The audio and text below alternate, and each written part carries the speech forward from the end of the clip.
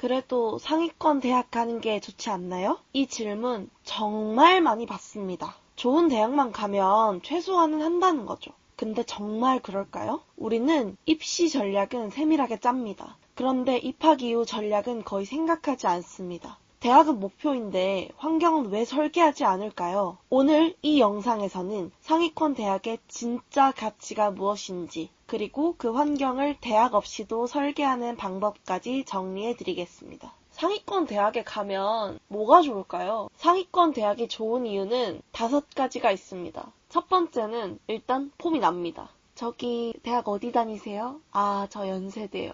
라고 답할 수 있는 건 간지납니다. 20대 초반까지는 간지가 중요해요. 절대 무시할 수는 없습니다. 근데 나머지 4가지 이유를 또 말씀드려 볼게요. 상위권 대학이 좋은 이유는 환경의 밀도가 다르기 때문입니다. 그 첫 번째는 넓은 시야를 기본으로 가져요. 상위권 대학이라는 게 단순히 시험을 잘 본 사람의 집합이 아니라 본인 욕심이 있거나 경험이 깊은 사람들이 모인단 말이에요. 그러니까 자기만의 생각을 해본 사람들이 모이니까 아, 그렇게 생각할 수도 있구나. 이런 경험이 많아져요. 다루고 있는 화제의 스케일도 상당히 큽니다. 어느 정도 해봤잖아요. 좀 잃어본 사람들이니까 자기가 다룰 수 있다고 여기는 문제의 스케일이 큰 거예요. 그래서 생각의 기준이 위로 올라갑니다. 개인적으로 10대는 하방을 만들고 20대는 상방을 여는 시기라고 생각을 하는데 하방이 높은 사람들이 모여있으니까 당연히 상방도 높아집니다. 또 굳이? 라는 말보단 할 수 있어, 해볼래 가 훨씬 많아요. 나랑 비슷한 능력치를 가진 사람들이 모였다라는 게 이 대학이 나의 역량의 목표치를 좀 자극합니다. 두 번째는 열심히 산다의 스펙트럼이 넓어요. 아니, 그냥 열심히 사는 거지. 열심히 산다의 스펙트럼은 뭐냐. 당연히 어디에나 열심히 사는 사람은 있는데 상위권 대학에서는 확률적으로 열심히 사는 사람들이 좀 많아요. 그리고 전공도 전공인데 스타트업, 연구, 국제대회, 시민활동, 그러니까 열심히 하는 필드가 많아요. 그러니까 다양하게 열심히 사는 거야. 그래서 나도 저 정도는 해야 되지 않나? 이렇게 질문을 하게 된단 말이에요. 열심히의 기준이 높아지면 당연히 이 정도는 해야지 라고 생각하는 노력의 역치도 올라간단 말이야. 그래서 그 역치가 나중에 유의미한 결과를 만드는데 좀 큰 도움이 됩니다. 세 번째는 뭐냐면 상방이 높아요. 이 상방이 높다는 게 뭐냐면 잘 풀릴 때 갈 수 있는 높이가 높다는 거예요. 당연히 학벌, 인맥 영향이 있습니다. 근데 제가 생각하는 중요한 상방이 높은 건 이 개척자가 있느냐라는 거예요. 제가 지방 일반고 출신이거든요. 저희 학교는 스카이를 잘 못 보내는 학교예요. 그러니까 내신으로도 쉽지 않아. 왜? 최저를 못 맞추니까. 그런 경우가 꽤 많습니다. 근데 그러다 보니까 애초에 애들도 선생님들도 그렇게까지 기대를 안 하는 거야. 그러니까 서울대를 보내는 게 존나 당연한 학교면 서울대 가야지. 서울대 보내야지. 애초에 서울대 갈 수 있다를 전제로 하고 세팅을 해준단 말이에요. 근데 이게 못 가잖아? 그러면 우리 학교는 서울대 힘들어. 그러니까 잘 가면 뭐 서성하니야. 이런 생각하고 산단 말이에요. 그러니까 애초에 꿈을 꾸겠냐고. 우리 학교에서 스카이 갈 수 있으니까 나도 스카이를 가려고 노력해봐야지. 이런 생각하기가 힘들단 말이에요. 그러니까 대학교도 똑같은 거지. 국제기구나, 한국은행이나 그런 취업의 개척자가 있으면 선배가 거기 갔대. 그럼 나도 갈 수 있지 않을까? 이런 생각한단 말이야. 연세대 보세요. 창업주 나왔잖아. 선배가 2조짜리 창업 신화를 만들었대.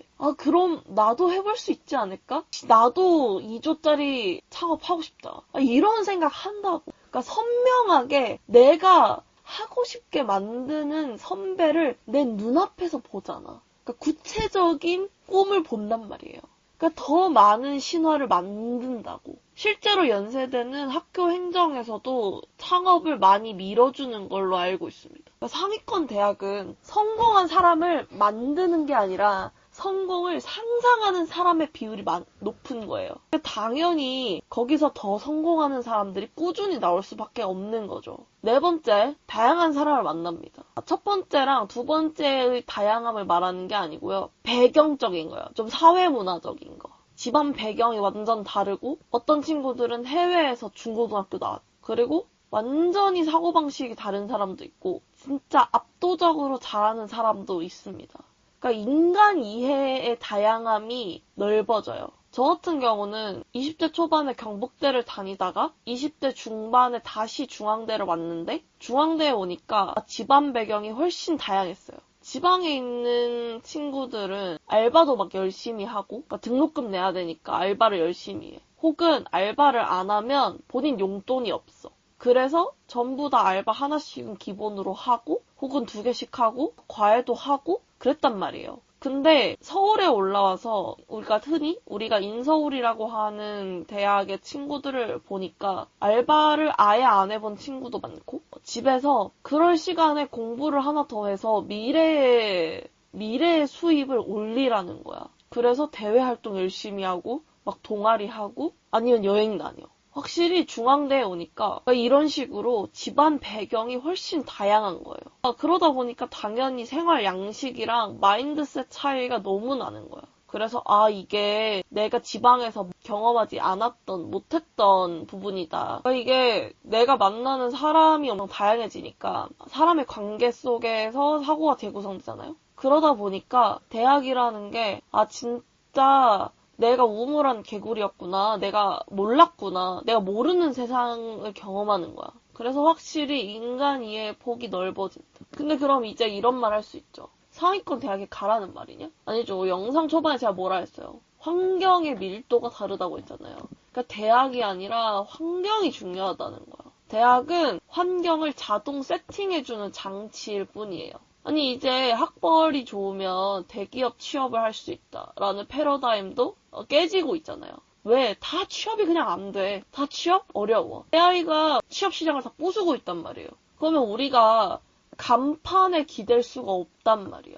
그래서 환경 설계 능력이 더 중요하다. 상위권 대학에 가면 환경이 자동으로 있지만 자동이 아닐 뿐이지 환경을 설계할 수 있어요. 지적 자극은 독서를 가든지 세미나를 가든지 토론 모임 같은 거 가고 기준을 올리는 건 더 높은 집단의 일부로 들어가고 기회 확장이라는 건 프로젝트나 네트워크에 참여하고 사람을 만나는 건 커뮤니티 같은 걸 가거나 저 같은 경우는 IT 관련해서 공부를 하고 싶은데 제가 심리학 전공이고 또 가르치는 것도 국어니까 일부러 그런 사람들이 모여있는 오픈 채팅방에 일부러 가요. 그래서 거기서 모임을 한다, 세미나를 한다, 강연을 한다, 그럼 일부러 찾아가고 그러면서 사람들 어떤 생각하는지 채팅방에서 보고 그 사람들 편하게 오픈 채팅방에서 대화하니까 나랑 다르게 생각하는 게 정말 잘 보인단 말이에요. 그러니까 가성비가 좋은 거야. 다 보지 못해도 간간히 보기만 해도 좋은 아이디어만. 그래서 상위권 대학에 갈 수 있으면 당연히 좋은 환경이지만